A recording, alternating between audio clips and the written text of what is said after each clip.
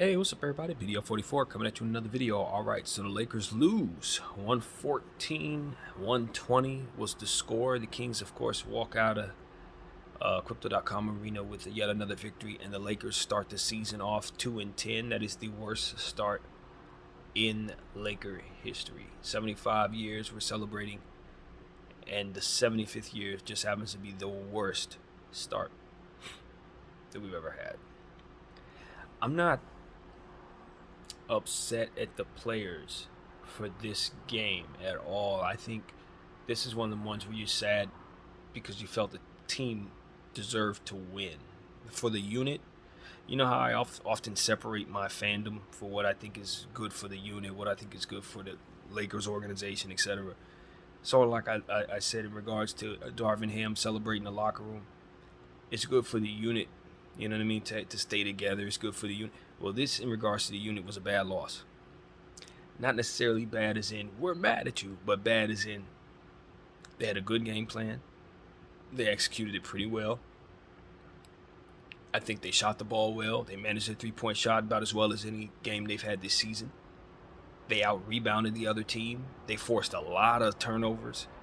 They did a lot of good things, you know what I mean? But still amounted to a loss. And so, if this were just a game in a vacuum, under different circumstances, this isolated game, you could actually say, oh, it was a lot to like here. You know, it's just another loss, no big deal. We took a lot of good things from it, and we can go forward.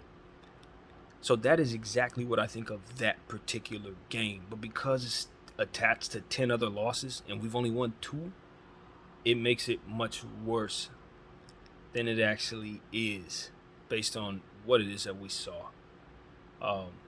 But that's the thing. I think I have actually more good things to say about this game, which is why I was wishing we would win it so I could harp on all the good stuff. It was more than enough.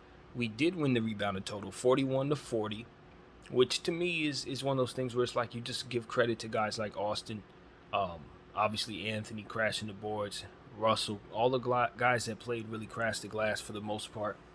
And it was definitely something that we want to hang our hat on. We also shot the ball from 3 very well for our standards. I think we were in the 40% range. You know what I mean? We like that we shot only 26 of them. So those are the type of things you could see that we are a much more disciplined three-point shooting team than Sacramento. They shot them wild. Now, they ended up hitting more of them than we did.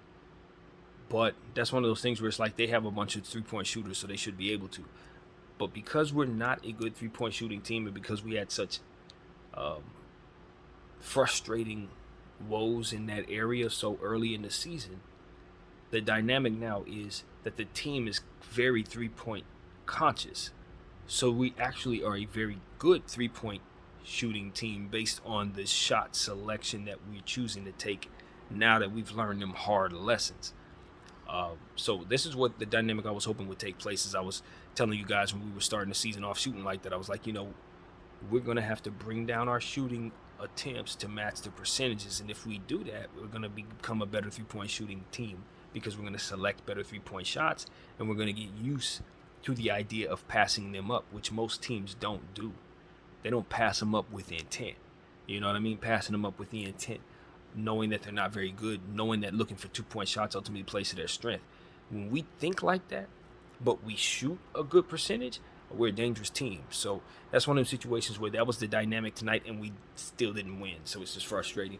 But I thought we managed the 3-point line about as well as we can, and I'm liking where we're headed in that way. Very, very good stuff so far. Defensively, I thought we were really good tonight. In some areas, I thought we really did a good job. Like, as I said, getting steals. I thought just about everybody on the team really did a good job getting involved there. I think we had like 5 players or 4 players with 2 or more steals. And then we had a couple guys on our bench who also lined up with 1. So it's a whole team full of guys thieving tonight, and I was very happy to see that. Another thing that I liked, even though it seemed like Stu Lance was very frustrated about it, I thought it was done deliberately, and I was happy about it. Just about every possession, we ran down to like the final couple seconds of the shot clock. Normally, that's a bad thing. But if you look at how the Lakers have been playing these last 4 games, what's ended up happening is we've been getting in shootouts, and we've been keeping the pace fast. And as a result, we haven't been able to get Anthony Davis involved in the second half of the games because at a faster pace, it's harder to get him involved because he's a slower guy. So that's all been a problem, and as a result, we've also found ourselves in situations where the score has been 130 to 115, 138, 115, because we are shooting and allowing teams to control the pace against us as if we're playing against the Phoenix Suns, 7 seconds or less. So that's why the scores are so high. And it's like, okay, what we need to do is control the pace. We need to take that back and get the clock back in our favor.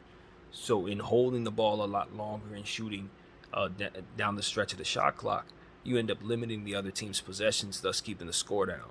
So I thought that the game plan was phenomenal in that way. I thought we executed it very well and still lost. So this is one of the type of situations where it's like, look, if we take what we did tonight and do it 70 more times, we're going to get victories.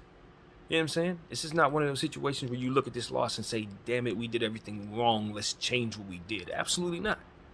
You did everything right. It just didn't work out this night because you don't have a whole lot of talent and you're missing LeBron James. But if we enact this game plan on a good portion of nights, we're going to be competitive. And that's really all we can ask for with the roster that we have. So I think half of the battle for us to start this season was the schedule. And part of it also was our game plan. And I think what we're seeing is a good reactionary game plan tonight based on the stuff that we've seen from the previous games that we've played and the homework that they did on the opponent tonight. Forcing steals early. I thought that was a big deal. Controlling the boards ultimately. Very big deal against Sacramento. Keeping your turnovers down. I thought we had done a solid job of turnovers for the most part tonight. I think we did okay there, if my memory serves me correct. We got more fast break points than we've been getting. So there's a lot of stuff that you would want to see in this game you saw. But, at the end of the day, you got to give credit to the Sacramento Kings. Before I get into the Sacramento Kings, I also want to say that we did a fantastic job on the offensive boards. I thought guys did a really, really good job cleaning the glass, getting second chance points for our team on that side of the ball. So that's very important to mention because I just thought that's something we could build upon. Now digging into the Sacramento Kings, you just got to give credit to De'Aaron Fox, man. Dude went completely nuts. He only missed 6 shots. He was phenomenal, and he got 12 assists on top of that. So you got a guy that's going off for all-star numbers like that down the stretch of the game. You put every defender you can on him, and he's just continuing to hit the same fall-away teardrop.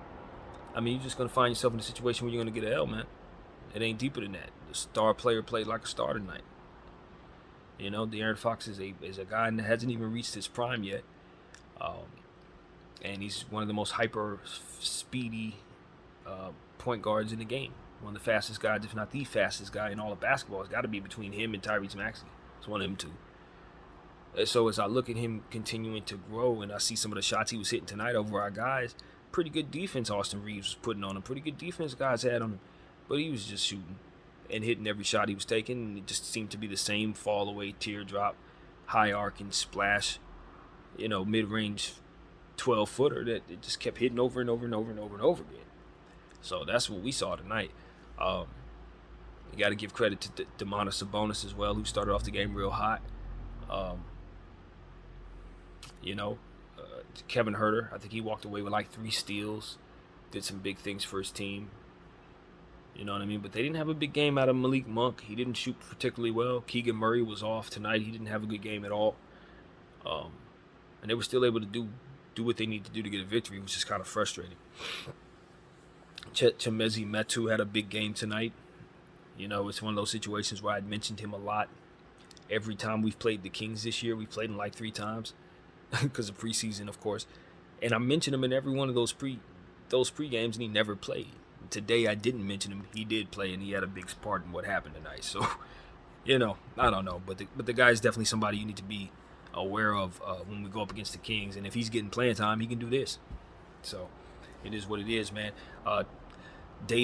Terrence Davis is a player who, it's funny because it's like, I know of this player for sure when he was playing with the Toronto Raptors and the Sacramento Kings. He's always been with the team. We've mentioned him a lot.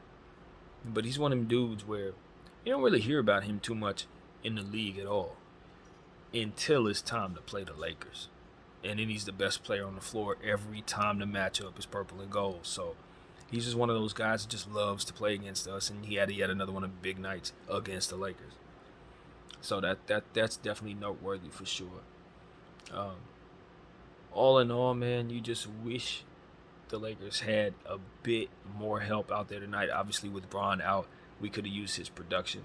But I thought the team played very well together tonight. You know, we didn't have some of the turnovers, some of the long three-point shots that just are empty and don't end up with possessions going to guys. We saw those possessions actually ran, and that's what really helped us. I think Russell Westbrook was a help in some areas, but I do believe most of what went wrong was just the inefficiency there, coupled with the fouling and then the 5 turnovers. We couldn't overcome his inefficiency. You know, when we have Russell Westbrook on the floor as much as we do, you got to live with the good and the bad. And tonight, we had to live with the bad. That's what it really came down to. It wasn't that he was particularly inept like we've had issues in the past. It was just throughout the course of the game, some of his mistakes, they were just, you know, things that led to why we were losing. I think it wasn't like it's not like a blooper reel. And this ain't one of them games you're like, oh, Russell bumped off his foot all. He threw it off the back. It's not one of those. No, it was just like normal shots being missed, normal fouls being taken, and those being the things that lead to not working out for us. But you got to give credit. The effort was there. You know, Austin Reeves, I've been waiting for Austin Reeves to have a game like this. I've been calling his number. I've been hyping him up to start the season. He was doing nothing. And over the last couple of games, I've been calling him out. And in the last game, I just felt like, you know, he'd get some good things for us. But I had reached a point where I'm like, man, my faith was waning on my guy. Because I'm like, I know he can play well, but I just don't think he fits in the system, blah, blah, blah, blah, blah. Well, he came through tonight and did exactly what I wanted him to do, which is ignore all that and just get aggressive scoring the ball. Last time, I thought he was pretty aggressive. He attempted 10 shots in the last game, 3 for 10. The inefficiency wasn't there. Tonight, he gave me a little more efficiency. I think he was, I don't remember, probably like 7 for 12 or something like that, but very, very aggressive. Just making it a point to make guys feel him and get buckets at all costs. And that's what I want to see from Austin Reeves. We need him to account for scoring. You know what I mean? Because he's too intelligent of a player to not have on the floor. He does too many things naturally to not help us. But we can't have him out there as much as we need to have him out there if he's going to run around and not account for any scoring. So he got buckets tonight. That's what I need to see from him every single night. That type of aggressive, that type of efficiency is what this team is required from him. We can't sustain. We don't have enough talent for guys that are good not to play well. That's what it really comes down to. You know what I mean? When we get good stuff out of guys that are not so good, it's cool. But guys like Austin Reeves, they got to play up to their level every night in order for us to have a shot. So I'm glad he did that because he's better than he's been. A lot better, as a matter of fact. And so I'm glad we saw a little bit of that tonight. Who else, man? I thought we got away from Wenyen Gabriel. I know he got in some foul trouble. Picked up his 4th somewhere in there. So I think that might have did it. But he was 4 for 4. A couple, I think he had a steal or 2 or something like that. When a guy is 4 for 4, and I look up and I see he has under 20 minutes, we messed up. And we end up losing the game, we messed up. You know, I don't want to overstate it because I think it's gotten to a point where I've said it enough, but I don't think that we're using Wenyen up to the level that I think we should. We're getting there, though. We have improved. We're using him regularly. He's in regular rotation. So I'm not asking people to turn him into Anthony Davis, but I do think an uptick from here is still necessary. We still got to give it more than we did. You know what I mean? More faith. The faith we've instilled in him is good. Kick it up even a little bit more, just a little bit more, because I felt like there are times in the 4th quarter where we should be going to him, not necessarily to him, but he should be in the lineups down there. And again, when a guy hasn't missed a shot, we got to look at that in the box score and say his number needs to be called a little more tonight. In-game adjustments. That would have been one that was necessary. Max Christie. I'm telling y'all, I'm very happy with Max. The 3-point shot, it's there. It is there. Believe it or not, we are seeing what Michigan State was hoping they would receive when they got this kid and they recruited him. The 3-point shot is falling. His rebounding is starting to come around, or it's always been a strength of his. It's his go-to. He rebounds the ball. The three is starting to fall, and as soon as the strength comes, he's going to be able to finish in the paint a lot better. I already see the aggressiveness. The mid-range shot is there. You know what I mean? So this kid got some stuff, man. He's got some stuff.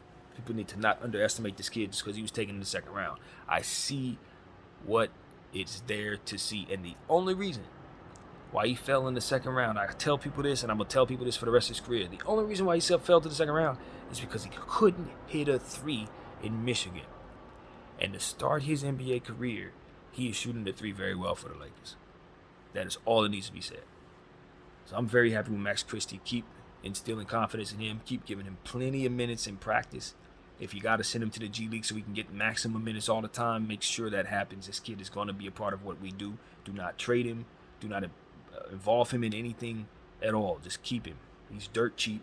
It's his first year of his rookie contract, and his upside is there. So he and Austin Reeves should be untouchable players no matter what the hell we're doing, in my humble opinion. Also, I was happy to see Patrick Beverley back. But, you know, like Anthony Davis, like everybody else, if you're going to give me something in the first half, I needed to match in the second. The second half, we didn't get no buckets out of him. Second half, he was kind of a guy who got subbed in and did some things that didn't really help us.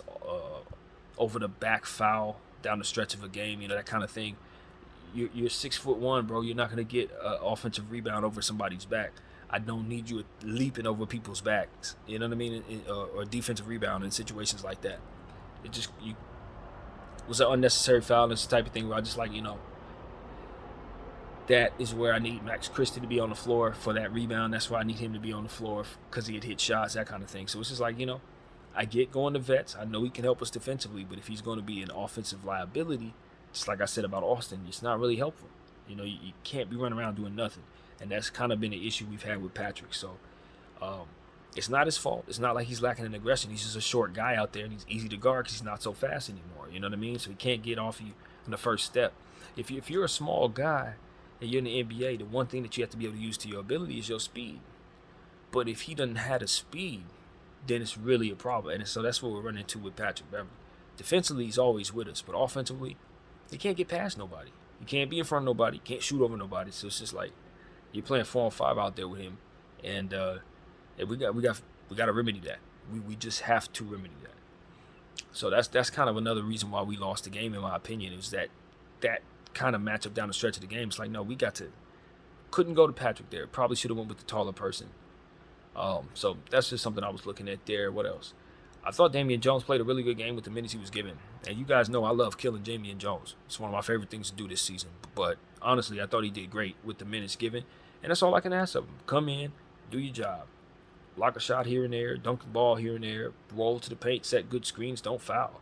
You know what I mean? Those type of things shouldn't be too hard to do, man. I'm not asking him to go out there and be Hakeem Olajuwon.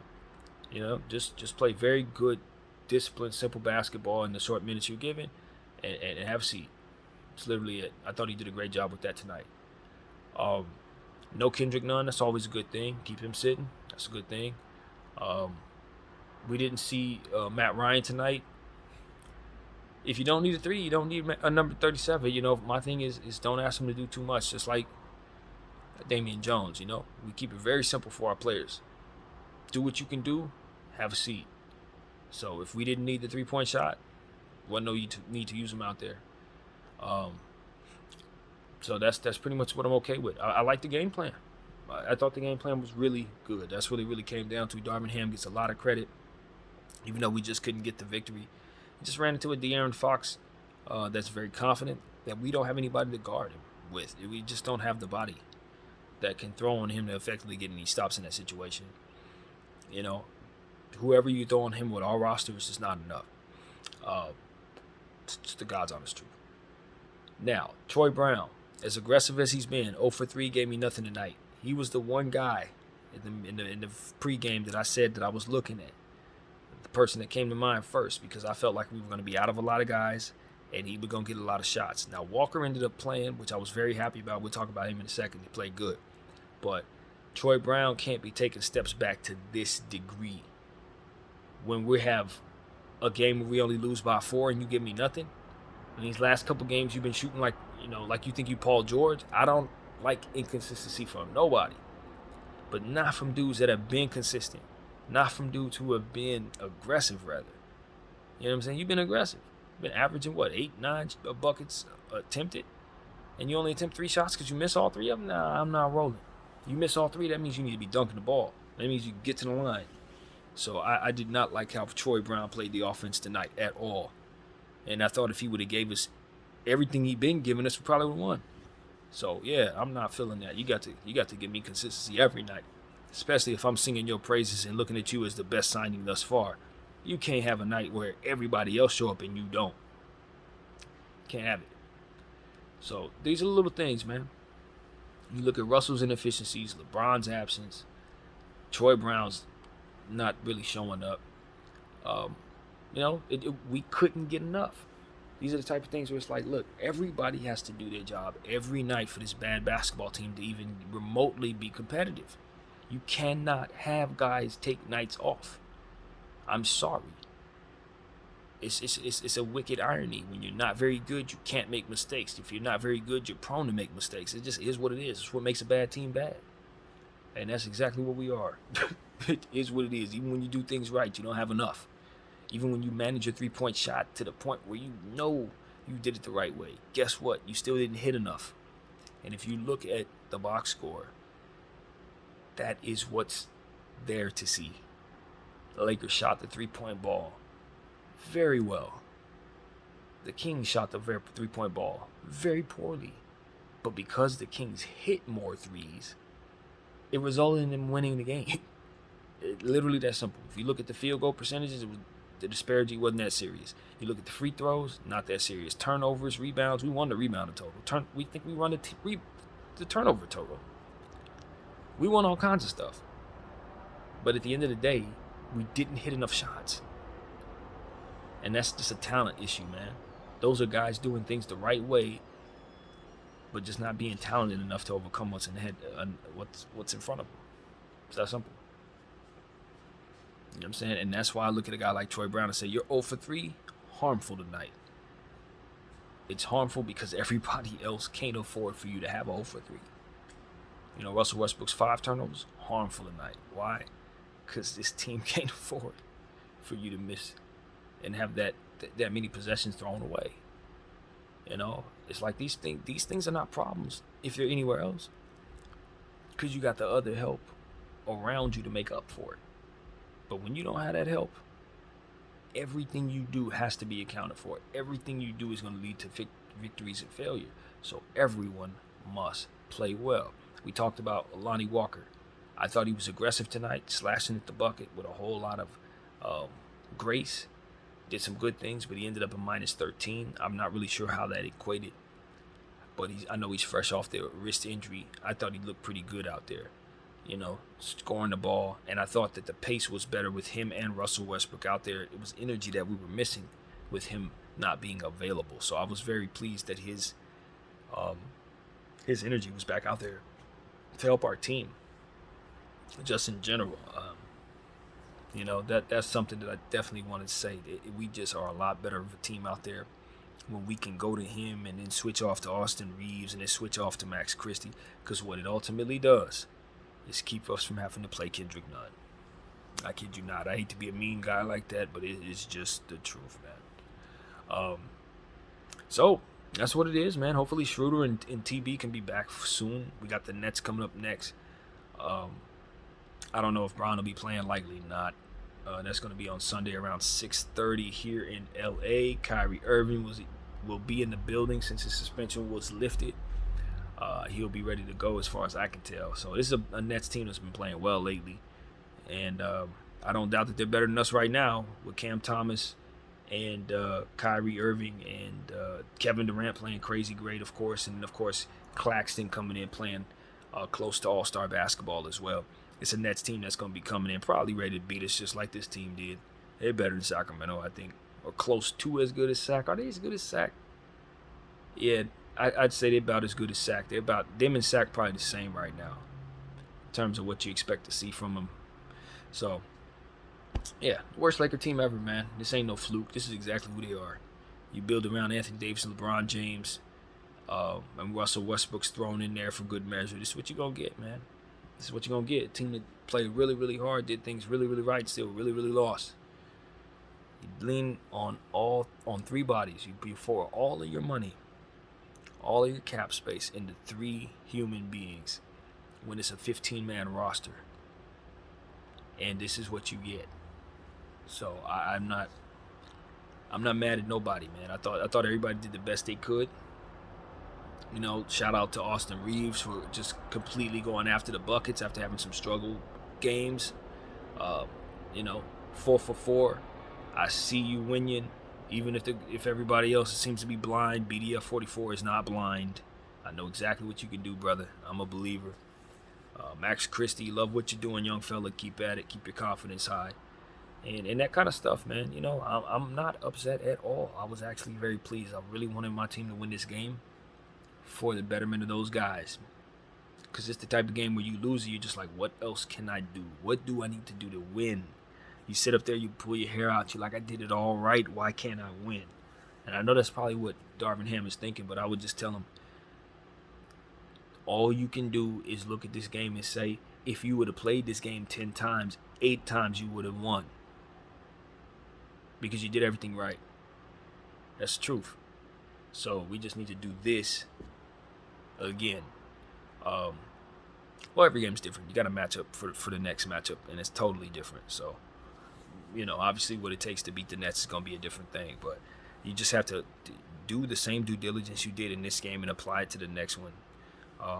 Because it was good stuff, man. Good homework done, good results done, good reaction to the data. So I'm happy with Darvin Ham, man. And that's pretty much what I got to say, man. Anthony Davis, bro, I don't know. That second half, he ends up with 24 points. I think we said he had like 17 at the half. This is what I'm talking about. You got 17 and 8 at the half, and then you end up with 24. Brother, you're supposed to end up with almost 50. You see what I'm saying? It's like we cannot seem to get this dude to give us the same thing in the second half as he gives us in the first half. And honestly, he just means too much to us for this. He means too much to our team for this. And it's a motivational issue too. It's like you gotta hit him like a horse, pep him in his step. You gotta hit him on the backside to get him going. I just don't really know of too many superstars that win with that mentality. We had Powell sometimes was like that here and there, but like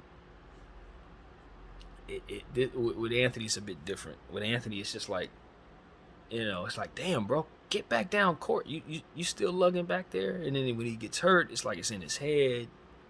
He's always thinking about it, so it's like, all right, man. He does not need to be somebody that is a third of your cap. Okay? Now, if you can find him at a decent price, a very decent price, at this stage in his career, you can be an NBA champion. Let him be your third option. Y'all gonna be so great.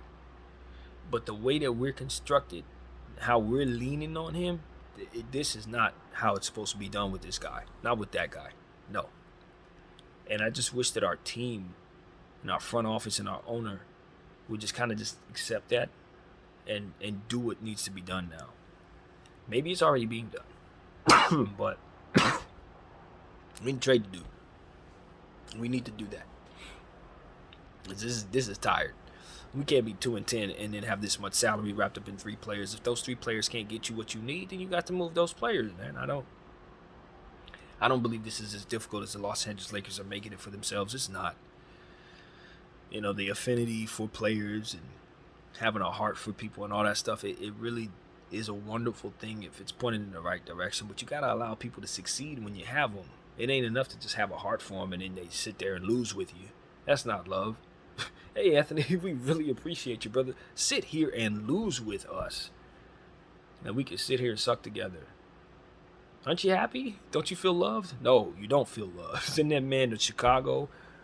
Let him go somewhere we can win. Bring us back a future so we can feel loved and everybody be happy. That is how you best show love, Genie. That's how you do it. By putting professionals in positions to do what it is that they do best and look good doing it. Here, this is garbage. Guys look terrible. Guys are being asked to do too much. Guys look bad, and their weaknesses are being exposed, and we're talking about it. And it is what it is.